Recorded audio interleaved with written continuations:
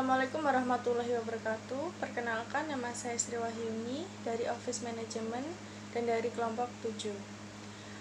Pelanggan diam varietas ala manusia.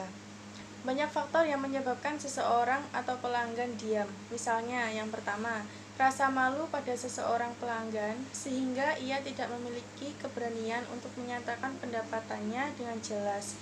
Yang kedua, memikirkan sesuatu, mungkin tentang pro dan kontrak menggunakan perusahaan jasa, atau mungkin dia memberikan harga yang dia lihat. Yang ketiga, dia terkadang benar-benar tahu apa yang diinginkannya. Kadang-kadang ketika dia tidak bisa fokus pada waktu transaksi, pelanggan yang pendiam terlihat sedikit gugup. Yang keempat, berdasarkan perkiraan, pelanggan mungkin memiliki kerusakan organik atau gangguan psikologis yang tidak jelas. Selanjutnya yaitu pelanggan yang tidak sabar. Pelanggan yang tidak bisa menunggu akan terlihat jelas ketika kami melakukan transaksi dengan mereka. Karakteristik yang tidak sabar memulai secara tidak sengaja melalui bahasa tubuh, seperti menginjak lantai, meremas benda, dan dipegang. Cara menanganinya yaitu mengenali kedatangan pelanggan yang tidak sabar melalui gestur mereka, kemudian meminta maaf kepada mereka atas keterlambatan layanan. Yang kedua, memberitahu mereka bahwa kami akan membantu mereka sebanyak mungkin dan segera mungkin. Tangani situasi dengan cepat dan efisien, dan jika perlu, tenangkan pelanggan. Yang ketiga, ucapkan terima kasih bahwa pelanggan mau menunggu dan selalu memperhatikan pelanggan yang mendapat giliran untuk ditangani. Katakan sekali lagi terima kasih kepada pelanggan atau panggil nama mereka saat dibutuhkan. Sesekali minta maaf atas ketidaknyamanan dalam layanan. Selanjutnya yaitu pelanggan yang suka bicara. Pelanggan jenis ini suka mendominasi dan mencari perhatian orang lain. Segera setelah petugas mengalihkan perhatiannya sejenak, pelanggan akan mencoba mengalihkan petugas itu kembali padanya. Banyak orang tahu cara terbaik untuk memulai percakapan, tetapi tidak bagaimana menghentikannya. Karakteristik pelanggan yang suka berbicara sangat mudah dikenal. Ketika memasuki sesuatu tempat, ia sudah mulai berbicara tentang segala macam hal. Terkadang tidak tahu tujuan tertentu dari memasuki suatu tempat. Petugas layanan terkadang diabaikan. Terkadang dia hanya memperhatikan barang-barang di showroom, berkomentar setelah itu dia meninggalkan tempat kejadiannya. Selanjutnya yaitu ada berurusan dengan pelanggan yang menuntut.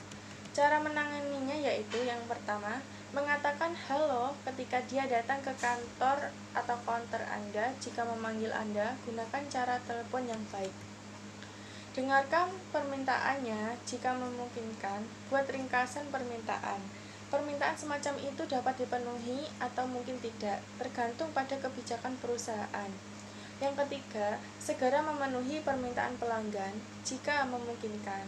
Tidak melakukan kesalahan dalam melayani karena dia akan terus memanggang Anda jika ada sedikit kesalahan yang terjadi. Selanjutnya, meminta maaf dan menyarankan alternatif lain jika tamu tidak puas dengan layanan yang diberikan. Segera beritahu atasan Anda dengan menyebutkan permintaan pelanggan jika Anda tidak dapat melayani pelanggan yang menuntut. Tersenyumlah setiap saat, bahkan kesal. Selanjutnya yaitu ada pelanggan yang diragukan. Faktor yang mempengaruhi pelanggan menjadi ragu antara lain yang pertama, latar belakang kehidupan. Selama keluarganya tumbuh, dia jarang diberi kesempatan untuk membuat keputusan sehingga dia tidak tahu resiko dari keputusan itu. Yang kedua, pelanggan ragu karena jumlah uangnya tidak cukup. Ini adalah hal yang biasa. Katakan padanya dengan cerdik bahwa produk atau layanan yang ditawarkan dapat diperoleh jika uangnya cukup di waktu lain. Yang ketiga, terbiasa memutuskan sesuatu setelah meminta pertimbangan orang lain. Selanjutnya, pelanggan senang mendebat atau menyengkatakan. Mereka selalu menyangkal apa yang kita berikan. Saat memasuki suatu tempat, pelanggan jenis ini biasanya mengeluarkan kata-kata yang membuat suasana gaduh, sehingga mengganggu pelanggan lain di sekitarnya. Pelanggan seperti itu selalu menganggap bahwa mereka adalah and they, dan yang paling cerdas dan paling parah malas mendengarkan argumen orang lain. Petugas profesional akan mengisolasi pelanggan ini sehingga mereka tidak terlalu terlibat dengan pelanggan lain karena mungkin akan mempengaruhi mereka. Cara menghadapi pelanggan seperti ini yaitu, yang pertama, jangan bereaksi ketika pelanggan berada di sisi yang salah, karena jika kita menunjukkan reaksi, maka akan terjadi diskusi yang panjang. Yang kedua, tenang, tidak gugup, dan tidak terpancing untuk marah. Selanjutnya, pelanggan yang tidak berdosa.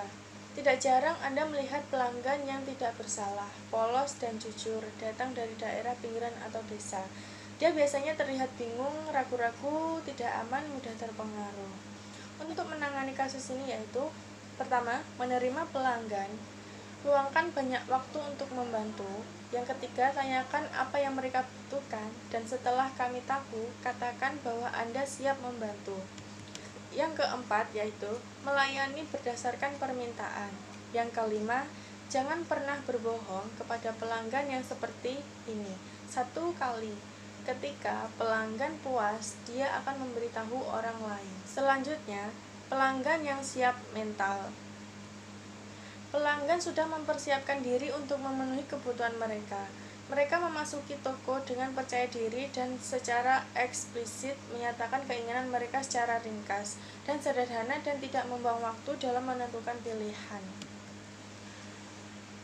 Dalam menangani pelanggan yang seperti ini yaitu, yang pertama, mengizinkan pelanggan memilih favorit, yang kedua, tidak banyak bertanya, yang ketiga, segera memproses pembayaran setelah mendapatkan keinginan pelanggan, yang keempat yaitu puji pelanggan dan ucapkan terima kasih atas kunjungan mereka.